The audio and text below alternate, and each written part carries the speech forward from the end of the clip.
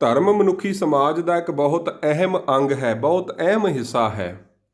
ਧਰਮਾਂ ਕਰਕੇ ਜਿੱਥੇ ਮਨੁੱਖੀ ਸਮਾਜ ਨੇ ਬਹੁਤ ਵਿਕਾਸ ਕੀਤਾ ਹੈ, ਉੱਥੇ ਧਾਰਮਿਕ ਸੰਪਰਦਾਇਕਤਾ ਕਰਕੇ ਮਨੁੱਖ ਦਾ ਬਹੁਤ ਵੱਡਾ ਵਿਨਾਸ਼ ਵੀ ਹੋਇਆ ਹੈ। ਬਹੁਤ ਵੱਡੀ ਕਤਲੋਗਾਰਤ ਧਰਮ ਦੇ ਨਾਂ 'ਤੇ ਹੋਈ ਹੈ। ਹਰ ਧਰਮ ਆਪਣੇ ਆਪ ਨੂੰ ਸ੍ਰੇਸ਼ਟਤਮ ਬਣਾਉਣ ਦੇ ਵਾਸਤੇ, ਸਾਬਤ ਕਰਨ ਦੇ ਵਾਸਤੇ ਲੱਗਾ ਹੋਇਆ ਹੈ। ਪਰ ਧਰਮ ਦੀ ਸ੍ਰੇਸ਼ਟਤਾ ਦੀ, ਉੱਚਤਾ ਦੀ ਪਰਿਭਾਸ਼ਾ ਕੀ ਹੈ? ਕਿਵੇਂ ਅਸੀਂ ਕਿਸੇ ਧਰਮ ਨੂੰ ਸ੍ਰੇਸ਼ਟ ਧਰਮ ਕਹਿ ਸਕਦੇ ਹਾਂ, ਉੱਚਾ ਸੁੱਚਾ ਧਰਮ ਕਹਿ ਸਕਦੇ ਹਾਂ? ਮੈਂ ਸਮਝਦਾ ਹਾਂ ਗੁਰੂ ਅਰਜਨ ਦੇਵ ਮਹਾਰਾਜ ਸੱਚੇ ਪਾਤਸ਼ਾਹ ਜੀ ਦੁਆਰਾ ਕਹੇ ਹੋਏ ਬਚਨ ਸਾਡੇ ਵਾਸਤੇ ਬਹੁਤ ਸਾਰਥਕ ਹਨ। ਗੁਰੂ ਅਰਜਨ ਦੇਵ ਮਹਾਰਾਜ ਸੱਚੇ ਪਾਤਸ਼ਾਹ ਜੀ ਬਖਸ਼ਿਸ਼ ਕਰਦੇ ਹਨ, ਸਰਬ ਧਰਮ ਮਹਿ ਸ੍ਰੇਸ਼ਟ ਧਰਮ, ਹਰ ਕੋ ਨਾਮ ਜਪ ਨਿਰਮਲ ਕਰਮ।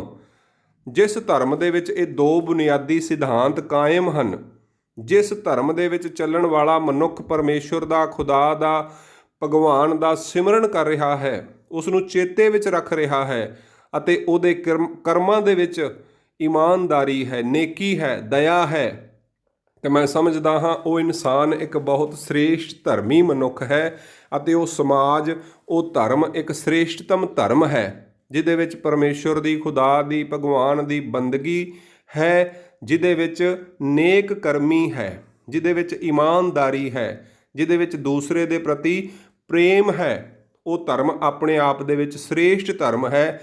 ਉਸ ਧਰਮ ਨੂੰ ਅਸੀਂ ਸ੍ਰੇਸ਼ਟ ਧਰਮ ਕਹਿ ਸਕਦੇ ਹਾਂ। ਉਸ ਮਨੁੱਖ ਨੂੰ ਅਸੀਂ ਸ੍ਰੇਸ਼ਟ ਧਰਮੀ ਮਨੁੱਖ ਕਹਿ ਸਕਦੇ ਹਾਂ, ਜਿਹਦੇ ਵਿੱਚ ਗੁਰੂ ਅਰਜਨ ਦੇਵ ਮਹਾਰਾਜ ਸੱਚੇ ਪਾਤਸ਼ਾਹ ਜੀ ਦੇ ਮੁਤਾਬਕ ਸਰਬ ਧਰਮ ਮਹਿ ਸ੍ਰੇਸ਼ਟ ਧਰਮ, ਹਰ ਕੋ ਨਾਮ ਜਪ ਨਿਰਮਲ ਕਰਮ।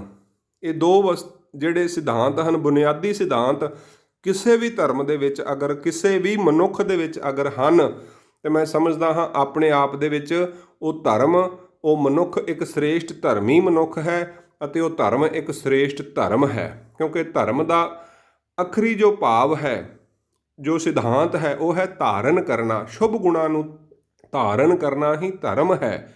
ਸ਼ੁਭ ਗੁਣਾਂ ਦੇ ਉੱਤੇ ਆਚਰਣ ਰੱਖਣਾ ਹੀ ਧਰਮ ਹੈ। ਇਸ ਪ੍ਰਕਾਰ ਸਤਿਗੁਰੂ ਅਰਜਨ ਦੇਵ ਮਹਾਰਾਜ ਜੀ ਨੇ ਜੋ ਸ੍ਰੇਸ਼ਟਤਮ ਧਰਮ ਦੀ ਪਰਿਭਾਸ਼ਾ ਹੈ, ਉਹ ਸਾਨੂੰ ਬਖਸ਼ਿਸ਼ ਕੀਤੀ ਹੈ ਕਿ ਉਹੀ ਧਰਮ ਸ੍ਰੇਸ਼ਟ ਹੈ, ਉਹੀ ਮਨੁੱਖ ਸ੍ਰੇਸ਼ਟ ਧਰਮੀ ਮਨੁੱਖ ਹੋ ਸਕਦਾ ਹੈ, ਜਿਹਦੇ ਵਿੱਚ ਪਰਮੇਸ਼ੁਰ ਦੀ ਯਾਦ ਹੈ, ਸਿਮਰਨ ਹੈ, ਤੇ ਜਿਹਦੇ ਜੀਵਨ ਦੇ ਵਿੱਚ ਨੇਕ ਕਰਮੀ ਹੈ, ਜਿਹਦੇ ਜੀਵਨ ਦੇ ਵਿੱਚ ਦੂਸਰਿਆਂ ਦੇ ਪ੍ਰਤੀ ਪ੍ਰੇਮ ਹੈ, ਸ਼ੁਭ ਗੁਣ ਹਨ। ਉਹ ਮਨੁੱਖ ਅਤੇ ਉਹ ਧਰਮ ਸ੍ਰੇਸ਼ਟ ਧਰਮ ਹਨ। ਸਤਿਗੁਰੂ ਸੱਚੇ ਪਾਤਸ਼ਾਹ ਜੀ ਨੇ ਸਾਨੂੰ ਸੁਚੇਤ ਕੀਤਾ ਹੈ, ਸਾਨੂੰ ਸਮਝਾਇਆ ਹੈ, ਸਾਨੂੰ ਸੋਝੀ ਬਖਸ਼ਿਸ਼ ਕੀਤੀ ਹੈ।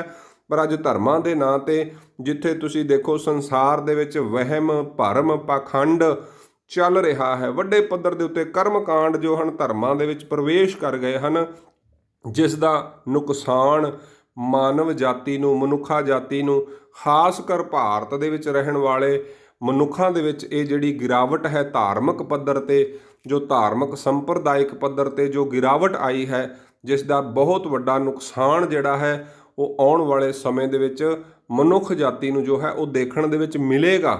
ਅਗਰ ਮਨੁੱਖ ਨੂੰ ਇਸ ਗੱਲ ਦੀ ਸਮਝ ਨਾ ਆਈ ਕਿ ਕੋਈ ਵੀ ਧਰਮ ਸ੍ਰੇਸ਼ਟ ਕਿਵੇਂ ਹੋ ਸਕਦਾ ਹੈ, ਨੇਕ ਕਰਮੀ ਦੇ ਦੁਆਰਾ ਪਰਮਾਤਮਾ ਨੂੰ ਚੇਤਾ ਰੱਖ ਕੇ ਹੀ ਕੋਈ ਧਰਮ ਜੋ ਹੈ ਉਹ ਸ੍ਰੇਸ਼ਟਤਮ ਹੋ ਸਕਦਾ ਹੈ, ਕੋਈ ਮਨੁੱਖ ਸ੍ਰੇਸ਼ਟਤਮ ਧਰਮੀ ਮਨੁੱਖ ਹੋ ਸਕਦਾ ਹੈ, ਤਾਂ ਉਹ ਨੇਕ ਕਰਮੀ ਦੇ ਦੁਆਰਾ ਹੋ ਸਕਦਾ ਹੈ, ਨੇਕ ਕਰਮ ਕਰਕੇ ਹੋ ਸਕਦਾ ਹੈ। ਪਰਮੇਸ਼ੁਰ ਨੂੰ, ਖੁਦਾ ਨੂੰ, ਭਗਵਾਨ ਨੂੰ, ਜਿਸ ਦੀ ਵੀ ਉਹ ਭਗਤੀ ਕਰਦਾ ਹੈ, ਜਿਸ ਦਾ ਵੀ ਉਹ ਫੋਲੋਵਰਸ ਹੈ, ਉਸ ਨੂੰ ਧਿਆਨ ਵਿੱਚ ਰੱਖ ਕੇ, ਚੇਤੇ ਵਿੱਚ ਰੱਖ ਕੇ ਨੇਕ ਕਰਮ ਕਰਨਾ ਹੀ ਸ੍ਰੇਸ਼ਟਤਮ ਧਰਮ ਹੈ। ਅਤੇ ਨੇਕ ਕਰਮ ਕਰਨਾ ਅਤੇ ਪਰਮਾਤਮਾ ਦੀ ਯਾਦ ਵਿੱਚ ਜੁੜੇ ਰਹਿਣਾ ਹੀ ਜੋ ਹੈ ਉਹ ਸ੍ਰੇਸ਼ਟ ਧਰਮੀ ਮਨੁੱਖ ਦੀ ਪਹਿਚਾਣ ਹੁੰਦੀ ਹੈ।